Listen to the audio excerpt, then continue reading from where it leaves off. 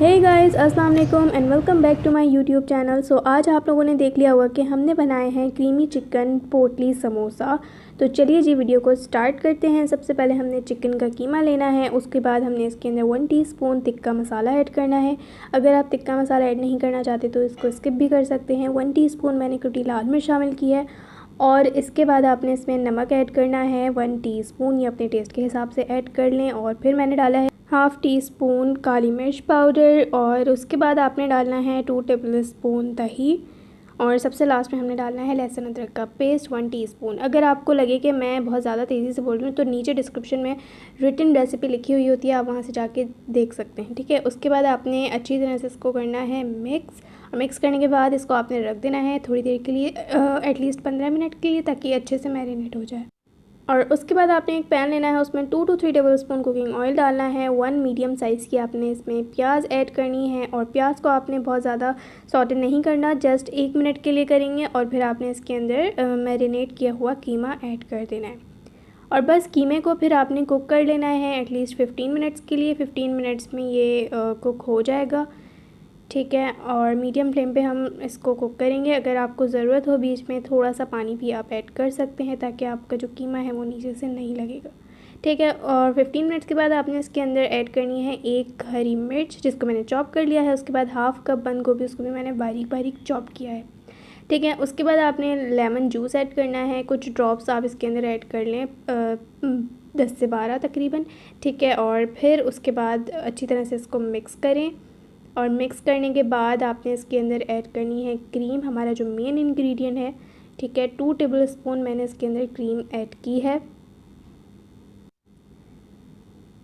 ठीक है जी। उसके बाद आपने इसके अंदर डालनी है मेयोनीज़, तो ये भी 2 टेबल स्पून है, ठीक है। और बस इसके अलावा हमने इसके अंदर कुछ भी शामिल नहीं करना। बहुत ही कम इंग्रेडिएंट से मैंने इसका मिक्सचर बनाया है, बहुत ही ज़्यादा टेस्टी होता है। तो इसको अच्छी तरह से आपने मिक्स करना है और फिर आपने इसको रख देना है ताकि ये अच्छे से ठंडा हो जाए, ठीक है।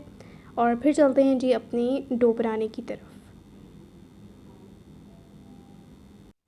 तो डो बनाने के लिए मैंने इस्तेमाल किया है मैदा तकरीबन 2 कप, ठीक है। और उसके बाद आपने इसमें नमक ऐड करना है 1 टीस्पून और इसके बाद आपने डालना है घी 2 टेबल स्पून, ठीक है। 2 to 3 table spoon ghee add कर लें और घी ही इसमें शामिल कीजिएगा, ऑयल नहीं डालिएगा। घी से बहुत अच्छे से आपके क्रिस्पी से समोसे तैयार होंगे, ठीक है। उसके बाद घी डालने के बाद आपने इस तरह से रब करना है हाथों की मदद से, ठीक है, ताकि सारा जो घी है वो सारे मैदे में अच्छे से मिक्स हो जाए। उसके बाद आपने मुट्ठी में इस तरह बंद करना है। जब इस तरह से ये बाइंड हो जाएगा तो इसका मतलब ये कि आपका घी जो है वो अच्छी तरह से मिक्स हो चुका है पूरे मिक्सचर के अंदर, ठीक है, पूरे मैदे के अंदर। उसके बाद आपने इसमें पानी ऐड करना है। मैंने तकरीबन हाफ़ कप पानी ऐड किया था और हो सकता है आपका थोड़ा सा ज़्यादा भी चला जाए या थोड़ा सा कम भी, तो इट डिपेंड करता है कि आपने मैदे की क्वांटिटी कितनी ली है, ठीक है। बस मेरा जो है वो तकरीबन हाफ़ कप किया था। और बस आपने इसको डो को नीट कर लेना है। बहुत ज़्यादा हमने इसकी डो जो है सॉफ्ट नहीं बनानी है, जैसे पिज़्ज़ा की डो होती है इस तरह की नहीं बनानी, और ना ही बहुत ज़्यादा हार्ड करनी है। बस आपने नॉर्मल सा जैसे आटा होता है ना वैसे गूंदना है, ठीक है। जब इस तरह से आटा बाइंड हो जाएगा तो फिर आपने इसको छोड़ देना है, कवर करके रख दें इसको किसी भी कपड़े वगैरह से एटलीस्ट 15 मिनट के लिए, ठीक है। और 15 मिनट के बाद आपका जो आटा है वो सेट हो चुका है। बस आपने इसको निकाल के काउंटर टॉप पे रखना है और फिर आपने इसको नीट करना है तकरीबन 6 से 7 मिनट के लिए। अच्छी तरह से नीट कर लें जब तक ये स्मूथ सा नहीं हो जाता, जब तक कर लेना है, ठीक है।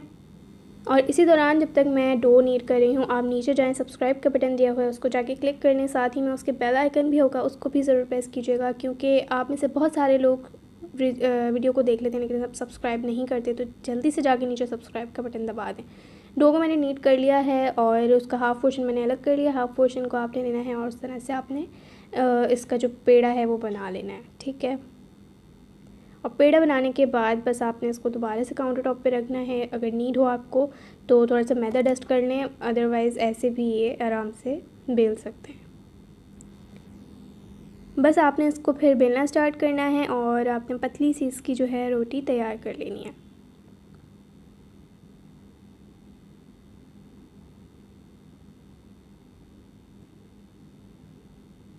इसके बाद ये आपने कोई कैप वगैरह ले लेना है, थोड़ा सा बड़ा लीजिएगा ताकि आपको पोटली बनाने में आसानी हो। बहुत छोटा होगा तो फिर आपकी अच्छे से पोटली नहीं बनेगी, ठीक है। और फिर आपने इसकी इस तरह से कटिंग कर लेनी है। बाकी का जितना भी होगा उसको हम दोबारा से बेल कर इसी तरह से बना लेंगे। और अब आपने इसकी पोटली बनाना स्टार्ट करनी है, ठीक है। सेंटर में आपने जो है इसकी फिलिंग डालनी है और साइड्स में मैंने पहले पानी लगा दिया है ताकि हम इसको अच्छे से स्टिक कर सकें। और इस तरह से आपने राउंड बना के ना, जैसे बॉल बना के मिक्सचर की, इस तरह से आपने बीच में रखना है ताकि इधर उधर ना फैले, ठीक है। और फिर आपने इस तरह से बस फोल्ड करते जाना है, फोल्ड करते जाना है, फोल्ड करते जाना है और आपकी पोटली जो है वो तैयार हो जाएगी।